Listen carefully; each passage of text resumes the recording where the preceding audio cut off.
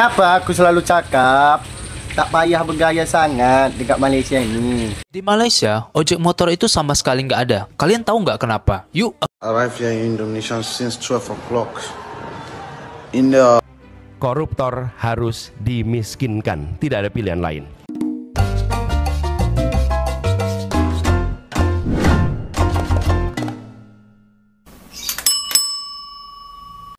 Assalamualaikum warahmatullahi wabarakatuh. Berjumpa kembali dengan Romdia Pratama. Teman-teman sahabatku semuanya, gimana kabar kalian? Mudah-mudahan kalian semuanya baik-baik saja beserta keluarganya di sana.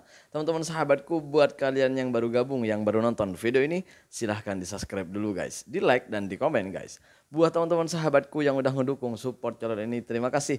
Mudah-mudahan kalian semuanya diberikan keberkahan umur, keberkahan rezeki, dimudahkan segala urusannya, baik urusan dunia maupun urusan akhirat. Amin ya rabbal alamin. Teman-teman sahabatku semuanya, seperti biasa guys, kita akan reaction beberapa video yang lagi viral. Seperti apa videonya? Ini dia guys.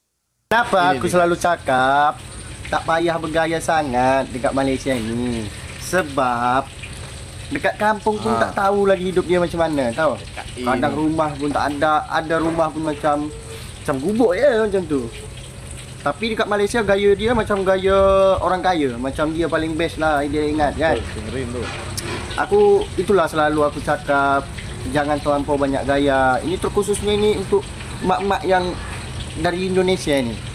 Last datang Malaysia, suami dengan anak tinggal dekat kampung, ya, lepas tu dekat sini berkahwin pula dengan Bangla.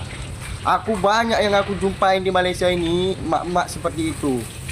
Dekat kampung tak tahu macam mana, last dekat sini kahwin dengan Bangla, lepas tu hidup sok besar kepala. Aduh, cukuplah ibu, cukup. Tidak cuma kamu yang punya duit di sini. Aku cuma memperingatkan saja, jangan terlampau sangat di negara orang ini kan. Sebab kita ni hanya sekedar mencari rezeki. Jadi tak payahlah kita action sangat di negara orang. Kalau bisa kita hormat, rendah diri. Hormatilah orang tempatan ya kan. Kita rendah diri. Orang tempatan pun banyak yang tak action macam tu. Faham? Jadi untuk ibu-ibu ini tolonglah pikir lagi bu, pikir lagi. Ingat anak suami, ingat orang tua di kampung, tak payah belagak. Aduh, sehat-sehat lah kau bu ya. Betul itu bang, betul. Jadi buat teman-teman nih, teman-teman dengerin. Jangan melampau sangat dengar orang, betul. Jangan besar kepala lah. Telah kita punya ini, punya itu, kayak besar kepala gitu. Seakan-akan apa ya, kita nggak menumpang hidup negara orang, padahal kita sedang hidup di negara orang gitu. Seharusnya kita itu ya lebih hormat kepada orang tempatan karena memberikan ruang kepada kita, memberikan ruang. Coba bayangkan kalau kita orang tempatan tidak memberikan ruang pekerjaan untuk kita, kemana kita akan merantau? Karena kebanyakan orang-orang kita yang bekerja di Malaysia itu mohon maaf banget ya, pendidikannya itu rendah. Jadi kalau mau merantau ke luar negara lain seperti ke Taiwan atau ke negara-negara lain yang beda bahasanya itu sulit. Ya karena pendidikannya rendah. Mohon maaf, saya pun pendidikan rendah sebenarnya. Gitu. Tapi kalau ke Malaysia itu kan bahasa, dari segi bahasa kita gampang untuk memahaminya. Jadi kenapa banyak orang-orang yang kerja di Malaysia itu orang-orang yang mohon maaf pendidikannya rendah gitu. Jadi nggak usah besar kepala. Kita itu hidup menumpang ya, setidaknya tahu berterima kasih, tahu adab gitu. Caranya berterima kasih bukannya tiap hari harus berterima kasih, bukan. Tetapi menjaga adab itu sudah bagian dari terima kasih kita kepada orang tempatan. Begitu guys ya. Kalau yang kawin sama orang Bangla itu jangan ditanya, udah banyak ya. Banyak. Jadi kalau ada orang yang bilang Malaides lah apalah. Jangan. Nanti takutnya kita ke depan dipimpin oleh anak-anak dari TKI kita ya. Takutnya jadi presiden ntar. Anak-anak TKI kita yang kawin dengan Bangladesh tuh banyak guys. Kita berlanjut ke video selanjutnya.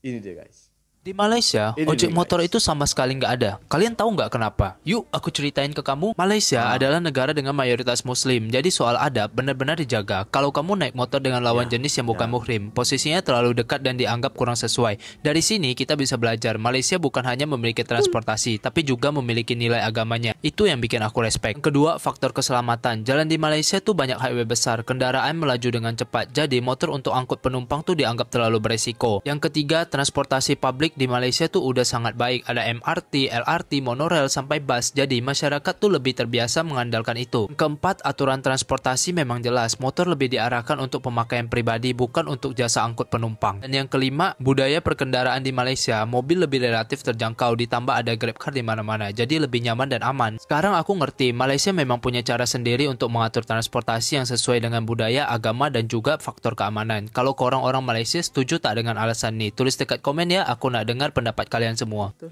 Kalau soal adab sih memang nggak usah diragukan deh. Kalau di Malaysia, orang-orang Malaysia itu memang bener gue menyadari sendiri karena gue pernah merantau di sana, pernah bekerja di sana, bertahun-tahun gue di sana, dan banyak temen-temen gue itu orang Malaysia. Jadi gue tuh kayak apa ya, udah paham dari karakter mereka gitu, karena tiap hari udah ketemu sama mereka gitu. Ya memang soal adab nggak usah diragukan lagi guys. Soal baik, waduh, betul-betul baik guys. Kita ini kan orang asing gitu kan, orang asing. Tapi mereka itu menyambut kita itu ya, bukan hanya sebagai orang asing, asalkan kita bisa menjaga adab dan menghormati mereka. Mereka itu jauh lebih menghormati kita guys sebenarnya. Tapi kebanyakan dari kita itu apa ya? Ya yang gue bahas di depan tadi, terlalu besar kepala, nggak menghormati orang tempatan. Itu yang sebenarnya yang dibenci sama orang-orang di sana. Ya sama sebenarnya, kita pun sama. Kalau ada orang asing yang nggak hormat sama kita, terus kayak apa ya, seenaknya aja gitu, besar kepala di tempat orang, ya pasti kita juga marah. Sama sebenarnya, gitu guys ya. Jadi kalau ada orang yang bilang di Malaysia itu inilah itulah, aduh, gue tuh paling orang pertama yang nggak percaya. Infrastruktur, memang infrastruktur dari segi transportasi Malaysia tuh luar biasa guys. Kita mau ke pelosok kampung saja, ke pelosok kampung itu ada bus, juga ada angkutan awam itu ada, disediakan oleh kerajaan. Jadi itulah kenapa di Malaysia tuh enak banget mau kemana-mana gitu guys. Enak banget. Jadi lagi kalau orang pakai moto ya, orang pakai moto, kalau sama perempuan itu pasti kalau tak anaknya, ya istri, paling tak emaknya sendiri, gitu. Macam itulah. Kalau di sini, aduh,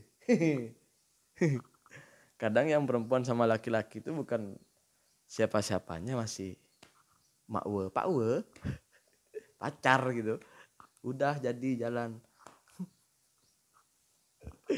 Coba, gimana dong? Katanya negara mayoritas Muslim. Kita berlanjut ke video selanjutnya guys. Ini dia guys. Arrived here in Indonesia since 12 o'clock. I passed my immigration, everything is okay. I came to the custom. I was having $5,200 with the buyback. The custom stole $5,000. Since then, they refused to prove to the CCTV.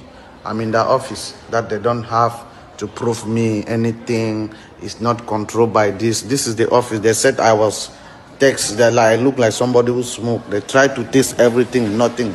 See the things I didn't. The text when they stole the money, that I went to toilet. They said I should go and pee. They just stole the money and they ran. They said let me go because there is nothing. The chief officer said they cannot provide the CCTV, nothing. So you can see the situation here in Indonesia. Yeah, thank you. Kok pelik gini ya guys? Aneh ini guys, aneh. Petugas tidak mau memperlihatkan CCTV, padahal di sana tuh ada CCTV. Ini ceritanya di office custom guys. Ceritanya bukan orang putih, ini orang hitam.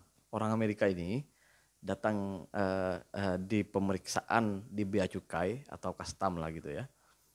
Lalu diperiksa, Lalu beliau ini berpamitan untuk ke toilet sekejap gitu. Lalu sebaliknya dari toilet, uangnya hilang $5.000 Amerika. Gimana nih menurut kalian? Dan customnya atau dari orang office-nya tadi, kan orang ini udah kehilangan uang. Jadi minta suruh mau tengok CCTV lah, biar tahu siapa yang ngambil uangnya, siapa yang ngambil uangnya. Nggak mau katanya guys, nggak mau diperlihatkan itu CCTV. Aneh nih. Kalau gue sih udah curiga nih. Gimana dengan kalian? Menurut kalian gimana guys? Siapa pencurinya ini guys? Sebobrok itu kah tempat kita ini guys? Itulah kenapa pelancong-pelancong asing tuh malas ke Indonesia ini. Jadi aduh, kalau nggak pungli ya maling gitu, pencuri. Pening lah. Aduh, pejabatnya aja kayak gini coba. Aduh, kita berlanjut ke video selanjutnya guys. Ini deh guys. Kami melihat Ini deh perlunya guys. kita menuntaskan undang-undang atau RUU perampasan aset. Oh, ini waktu pemilihan itu hari ini. Koruptor harus dimiskinkan, tidak ada pilihan lain. Ini adalah hukuman yang harus diberikan. Ini keyakinan saya. Jadi kita perbaiki kualitas hidup, kita tingkatkan gaji-gaji semua pejabat, semua penyelenggara negara. Regulasi yang punya efek jera ini betul-betul mesti didorong agar konflik kepentingan bisa kita jaga untuk tidak terjadi adanya konflik itu.